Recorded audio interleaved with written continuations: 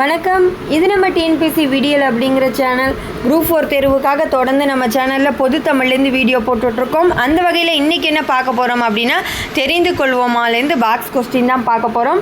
சிறுகதை யார் யாருக்கெல்லாம் விருதுகள் கொடுத்துருக்காங்கங்கிறத பற்றி தெரிஞ்சுக்க போகிறோம். சாகித்ய அகாதமி விருது பெற்ற தமிழ் சிறுகதை எழுத்தாளர்கள் யார் யாருன்னு பார்க்க போகிறோம்.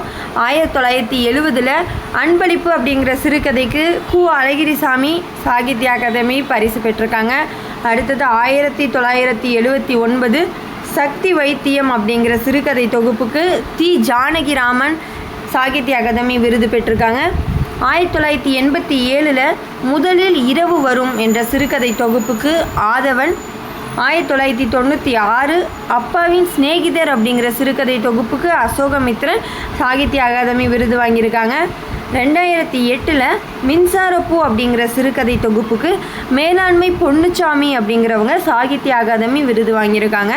2010 சூடிய பூ சுடர்க்க அப்படிங்கிற சிறுகதைக்கு நாஞ்சில் நாடன் சாகித்ய அகாதமி விருது வாங்கியிருக்காங்க. 2016 ஒரு சிறு இசை அப்படிங்கிற சிறுகதைக்கு வண்ணதாசன் சாகித்ய அகாதமி வாங்கியிருக்காங்க. இந்த வீடியோ உங்களுக்கு பிடிச்சிருக்கும், பயனுள்ள தகவலாம் கிடச்சிருக்கும்னு நினைக்கிறேன். இது போலவே பயனுள்ள தகவலோடு நெக்ஸ்ட் வீடியோவில் சந்திக்கிறேன்.